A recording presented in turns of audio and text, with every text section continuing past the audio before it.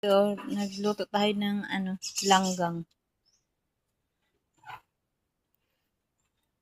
Langgang. Yung bigas na pinagiling, guys. Tapos nilagyan namin ng gatas na condensed na ubi yung flavor niya, kaya masarap to.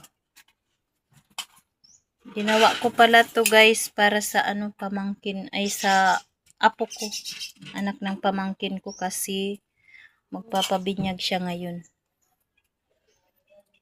Kaya yan, luto na, ready na. Yan, hatid ko na to mamaya. Marami to, guys, andoon na sa loob yung iba. Yan. Palalamigin muna natin bago natin ilagay sa sa eco bag. Aray ko, napaso na ako. Turuan ako. Ayan. Ayan. Yung pala namin, guys, yung kabayo namin, ayun. Nanganak siya. Ayan, nanganak na siya. Nanganak siya, guys. Kanina lang. Ang cute-cute ng anak niya. Ang pangalan niyan ay si Vicky. Nanganak na si Vicky.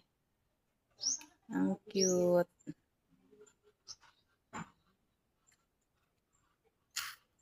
Bait yan na kabayo, guys. Kayang lapitan sa buntot. Hindi siya naninadyak.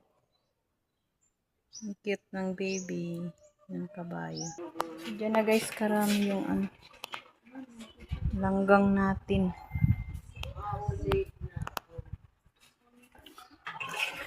Ayan siya. Purple. Masarap. Masarap itali sa kape.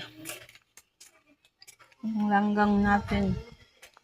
Diyos ko, sobrang init. Pag-grabe ng init. Yan, guys, ang ulam natin. Liwit eko. Kagabi pa na so pamahaw. Inupsop ko na. Gagawa naman tayo, guys, ng ng chia seeds. Ganyan lang karami kasi pag sobrang dami naman.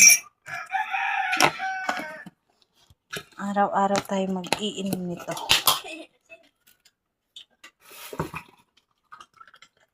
Try natin i-araw-araw inumin. Ayan. Ano naman asin ako sana nagbutang san asin? May magic sarap. Yan, guys, ganyan lang karami yung tubig natin. Tapos hahaluin.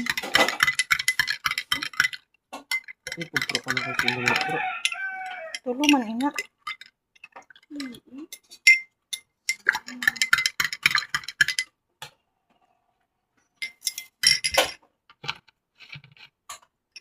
Ayan.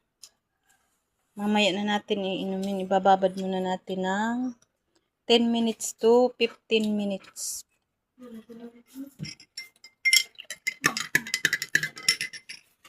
Ayan, sobrang init. Alas 9 pa lang.